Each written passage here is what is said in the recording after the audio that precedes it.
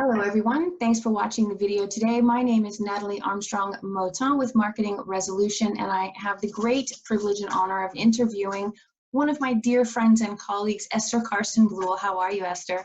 I'm great. It's fun to see you. Nice to see you too. Esther, I want to interview you not necessarily about your mediation practice or your therapy practice. I really want to talk to you today about the book that you've written. And that I've read, and to be honest, I've read it more than once because that's how much I loved it and got from it. And so I want to chat to you a little bit about the book that you wrote, Getting Unstuck, and ask you just some general questions. What prompted you to write this book? Well, I had been stuck for a good part of my life, had done a lot of work and life was good and things were fine, more than fine. But I'd learned a lot about people, learned a lot about business, and then learned quite a bit about conflict, and that informed my work with my therapy patients exponentially. And it turned out that I was very, very conflict averse. For myself, I was good at advocating for other people and not myself. So I was very stuck in that space.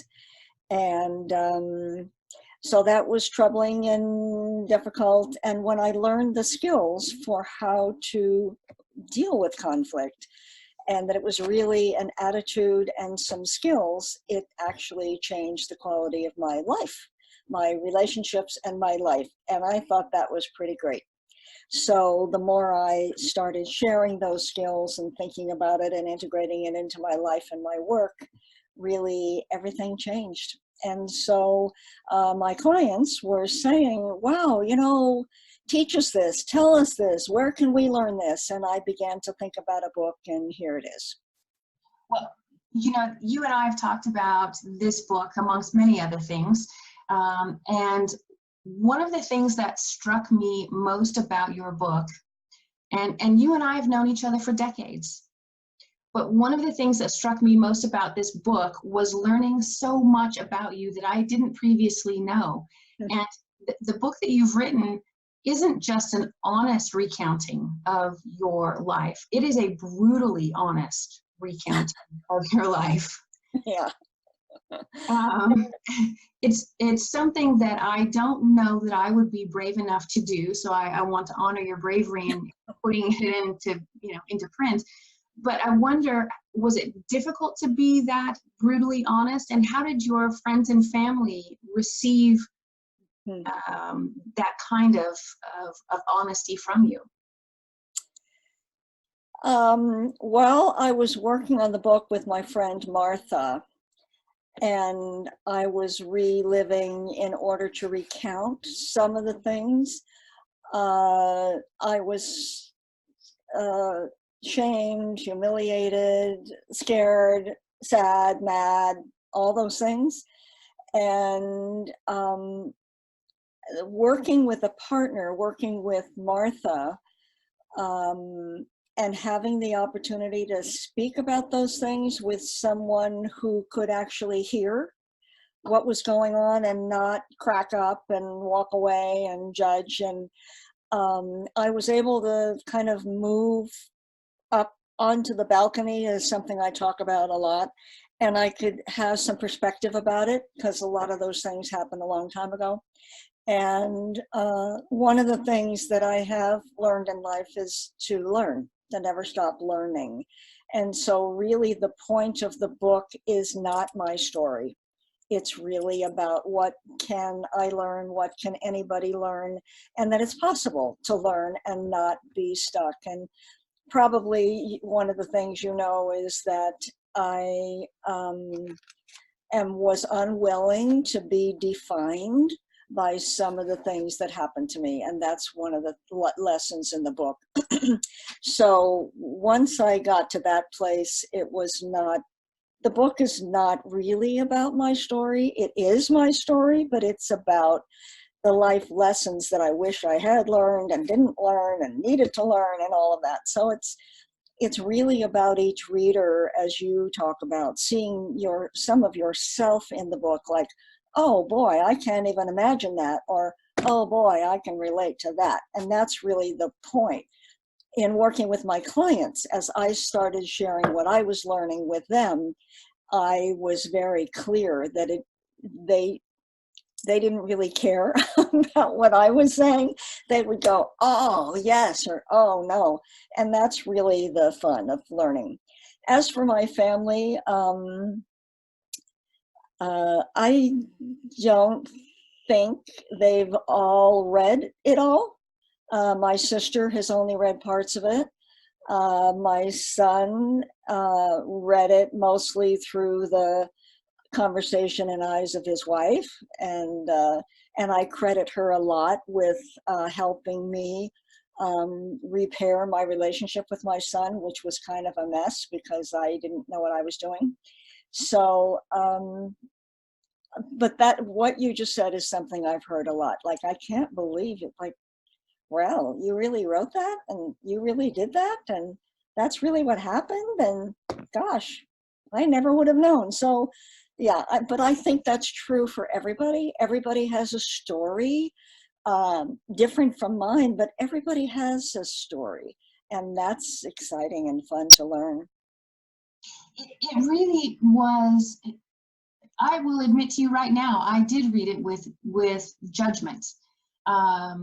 Because I knew you before, I knew that you were intelligent. I knew that you were funny. I knew that you were generous. I knew that you were strong. I knew you under lots of different labels. But I really didn't understand until I read your book how just human you were to achieve all of those labels that I had assigned you, and how brave you were in the midst of all of these things that happened. And I think I didn't give credit to you for that, and I probably didn't give credit to myself for my own story until I started going through your book. And I think that a lot of people will perhaps have that same experience, that we're much better humans than we sometimes give ourselves credit for. And so one of the things I like about your book is that you go chapter by chapter and you do tell your story, but then you flip it around so easily and say, now how does this apply to you? What can you take from this? How can you learn from this? How can you move forward? How can you recognize the lesson that was there and give yourself credit for it? And I love that aspect of your book. So since we're talking about something hard and deep, and it's one thing for me to say, I was stuck in the area of conflict for myself. And when I learned the skills and worked through it, it changed the quality of my relationships in my life. Great. And that's true, and it did. But taking a conversation to a deeper level, what that looked like was, and I think maybe you will know this, because I was always guarded, and once you've read the book, you can understand why. I was always defended a little bit because I was always afraid of being thrown away and all of that. And I was rarely forthcoming because I never believed anybody would either, there was nothing I really wanted to say, like certainly not about myself. So I could talk about stuff, but not about me. So all those things combined made my life a little guarded. And so I missed out on a lot, and it would take quite a lot for me to be willing to trust another person, to be accepting and not, because there's a lot of stuff to judge in what I did and didn't do. And so when I understood myself better and knew, now I know today that no matter what happens, I can handle myself, and I won't be ashamed, and I won't give myself up and all that stuff. And so, and I've made peace with all of the stuff, and I've forgiven when I have to and made amends and all that kind of stuff. So I've cleaned things up as much as possible with other people and accepted myself as much as possible. And learning from the mistakes is part of what made it possible to move forward. It's like, I don't do that anymore. And so, but and so the point is, as a therapist, I know that if I can do that, anybody can. It's not magic. It's not rocket science. It's not brain surgery. And you and I learn the same skills, so we know that. But when we don't learn those things, it inhibits the quality of your life. Well, and there's a difference between knowing it and understanding it.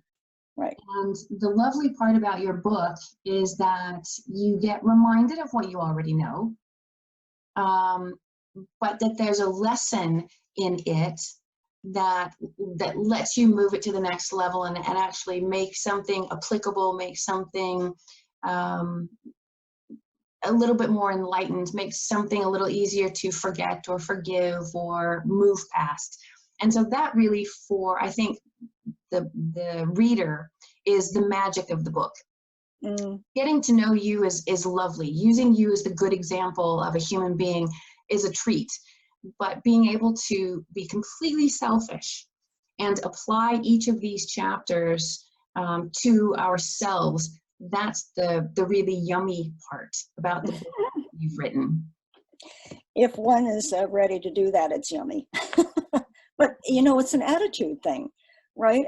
People are ready when they're ready, which is one of the lessons, and not a moment sooner, right? What I had to be ready for that. Anyone has to be ready to learn a lesson and all that stuff. So, and sometimes we are, and sometimes we're not. Well, that's true. It's just like in our mediations.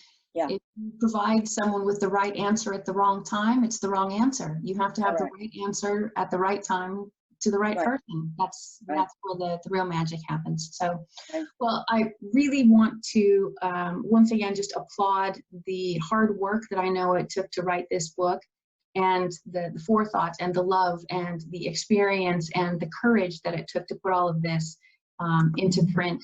And I implore everyone to pick it up, read it, give it as a Christmas gift, a Hanukkah gift, but spread it around far and wide. Thanks. You're welcome. Thanks so much for talking with me, Esther. Thank you.